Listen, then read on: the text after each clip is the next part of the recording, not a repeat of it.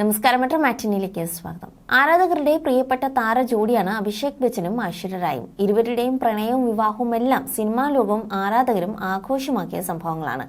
ഇരുവരും ഒരുമിച്ചെത്തുന്ന നിമിഷങ്ങളെല്ലാം സോഷ്യൽ മീഡിയയിൽ വൈറലായി മാറാറുമുണ്ട്. അഭിഷേകിനും ഐശ്വര്യയ്ക്കും ഇടയിലുള്ള പരസ്പര ബഹുമാനവും പ്രണയവും എല്ലാം പലപ്പോഴും ആരാധകർക്ക് മാതൃകയും പ്രചോദനവുമായി മാറാറുണ്ട്. എന്നാൽ കഴിഞ്ഞ കുറേ മാസങ്ങളായി അഭിഷേകിന്റെയും ഐശ്വര്യയുടെയും ആരാധകരെ വേദനിപ്പിക്കുന്ന വാർത്തകളാണ് പുറത്തു വന്നുകൊണ്ടിരിക്കുന്നത്. ഭർത്താവ് അഭിഷേക് ബച്ചനും കുടുംബവുമായി ഐശ്വര്യയ്ക്ക് പ്രശ്നങ്ങളുണ്ടെന്ന് ഏറെക്കുറെ വ്യക്തമായി കഴിഞ്ഞു.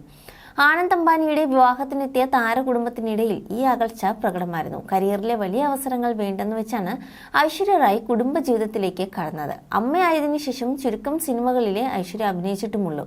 മകളുടെ കാര്യങ്ങളെല്ലാം നോക്കുന്നത് ഐശ്വര്യയാണെന്നും അതുകൊണ്ടാണ് തനിക്ക് കരിയറിലേക്ക് പൂർണ്ണ ശ്രദ്ധ നൽകാൻ കഴിയാത്തതെന്നും അഭിഷേക് ബച്ചൻ നേരത്തെ തുറന്നു പറഞ്ഞിട്ടുണ്ട്. അമ്മയായ ശേഷം വന്ന ഇടവേള കഴിഞ്ഞ ഐശ്വര്യ റായ് അഭിനയിച്ച സിനിമകളിലൊന്നാണ് 2017 പുറത്തിറങ്ങിയ ഏ ദിൽ ഹേ മുഷ്കിൽ. സിനിമ മികച്ച വിജയം നേടി രൺബീർ കപൂർ, അനുഷ്ക ശർമ്മ, ഐശ്വര്യ റായ്, ഭാഗവത് ഖാൻ തുടങ്ങിയവരാണ് ചിത്രത്തിൽ പ്രധാന വേഷം ചെയ്തത്.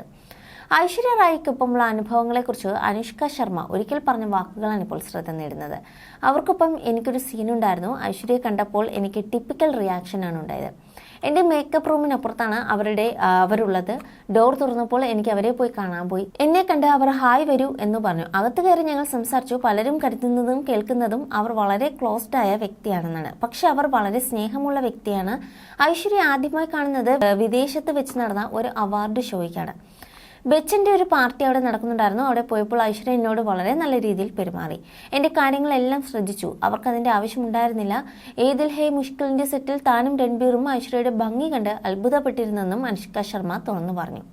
ചിത്രത്തിൽ നായികാവേഷം ചെയ്തത് അനുഷ്കയാണ്. എന്നാൽ ഐശ്വര്യയുടെ കഥാപാത്രത്തിനും പ്രാധാന്യമുണ്ടായിരുന്നു. കരൺ ജോഹറാണ് ഏ ദിൽ ഹേ മുഷ്കിൽ സംവിധാനം ചെയ്തത്. ഐശ്വര്യയുടെ ഈ ചിത്രം ചെയ്യാൻ സമ്മതം പറഞ്ഞിരുന്നെങ്കിലും തനിക്ക് മറ്റൊരു ഓപ്ഷൻ ഇല്ലായിരുന്നെന്ന് കരൺ ജോഹർ പറഞ്ഞിട്ടുണ്ട്. രൺബീറും അനുഷ്കയും ഇല്ലെങ്കിൽ പകരം ആളെ വെച്ച് ചെയ്തേനെ. പക്ഷേ ഐശ്വര്യ നോ പറഞ്ഞിരുന്നെങ്കിൽ തനിക്ക് പകരം ആളില്ലായിരുന്നു എന്നാണ് കരൺ ജോഹർ പറഞ്ഞത്. ചിത്രത്തിൽ ഐശ്വര്യയുടെയും രൺബീറിന്റെയും ഇന്റിമേറ്റ് രംഗങ്ങൾ ഏറെ ചർച്ചയായി. ഇന്നും ഈ സിനിമയ്ക്ക് ആരാധകർ ഉണ്ട്. പൊന്നനിയൻ സെൽവനാണ് ഐശ്വര്യ റായുടെ ഒടുവിൽ പുറത്തിറങ്ങിയ സിനിമ. മികച്ച വിജയം നേടിയ ചിത്രമായിരുന്നു അത്.